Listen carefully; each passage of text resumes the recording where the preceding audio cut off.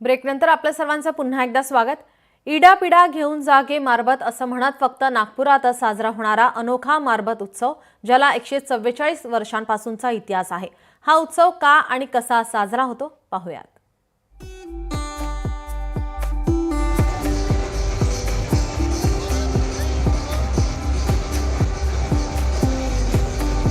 मारबत विदर्भाचा ऐतिहासिक आणि सांस्कृतिक वैभव म्हणून ओळखला जाणारा हा उत्सव 144 वर्षांहून अधिक काळाची परंपरा लाभलेला हा उत्सव नागपूरची ओळख आहे। 1881 मध्ये मस्का 7 भागातून काळी मारबतीची परंपरा सुरू झाली, तर 1885 पासून जागनाथ बुधवारी भागातून तेली समाजाकडून पिवळी मारबतची मिरवणूक निघाली। तेव्हापासून ते आज तागायत ही परंपरा अविरत सुरू आहे। मारबत सोबत समाजातील सर्व नकारात्मकताही नष्ट होते अशी लोकांची भावना आहे। भगवान श्रीकृष्णाचा वध करण्यासाठी कंस मामाने पुतना मावशीला पाठवले होते। विषारी दूध पाजतानाच श्रीकृष्णाने पुतना राक्षसिनीचा वध केल्यानंतर रोगराई इडापिडा घेऊन जायगे मारबत अशा घोषणा देत गावाबाहेर मृतदेह जाळला होता अशी आख्यायिका आहे। तेव्हापासून पोळ्याच्या पाडव्याच्या पहाटेस पुतना मावशीचे प्रतीक म्हणून मारबत काढण्यात येऊन गावाच्या वेशी बाहेर जाळायची अशी प्रथा आहे। नागपूरमध्ये याही वर्षी या मारबतचा उत्साह पाहायला मिळाला। मारबत उत्सवाचा एक मुख्य आकर्षण म्हणजे बडगे। बडगे म्हणजे वेगवेगळ्या मुद्द्यांवर टीका करणारे पुतळे। त्या वर्षी समाजापुढे ज्या समस्या असतात, ज्या काही महत्त्वाचे राजकीय, आर्थिक, सामाजिक मुद्दे आणि प्रश्न असतात, त्यावर समाजाच्या वतीनं हे बडगे काढून टीका केली जाते। या वर्षी मारबतमध्ये मुख्य आकर्षणाचे केंद्र होते ते टॅरिफवर आणि ऑपरेशन सिंदूरवर भाष्य करणारे बडगे। मागच्या 144 वर्षापासून याची परंपरा सुरू आहे। ही एक आपल्या नागपूरचा राजा भोसले होता, तर ते बकाबाई म्हणून होती।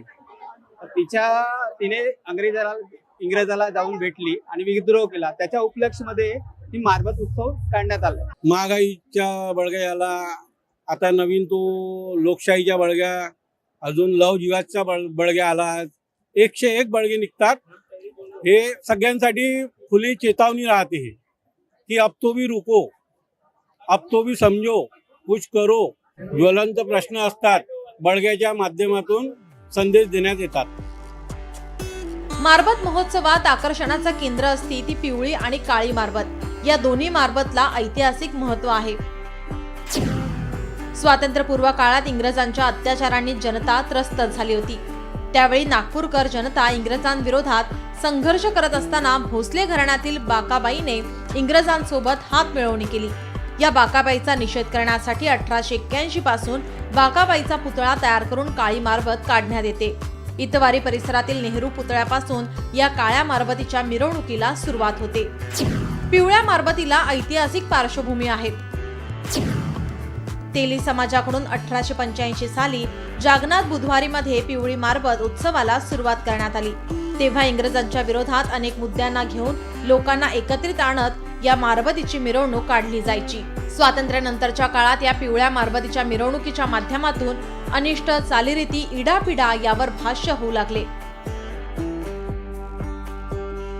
तान्ह्यापोळ्याच्या दिवशी मारबत आणि बडग्या या प्रकारची मिरवणूक जगात फक्त महाराष्ट्राची उपराजधानी नागपूरमध्ये काढली जाते।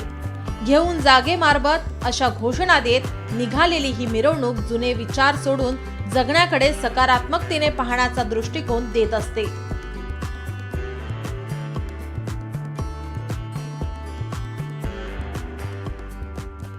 144 वर्षाची ऐतिहासिक परंपरा असलेल्या मारबत उत्सवामध्ये प्रतिवर्षी नागरिक मोठ्या उत्साहात सहभागी होत असतात आणि या मारबत उत्सवाच्या माध्यमातून राष्ट्रीय मुद्दे असतील, आंतरराष्ट्रीय मुद्दे असतील, त्याचबरोबर राज्यातील आणि स्थानिक ज्वलंत मुद्द्याला या मिरवणुकीत सहभागी असलेल्या बडग्याच्या माध्यमातून संदेश देण्याचा प्रयत्न केला जातो।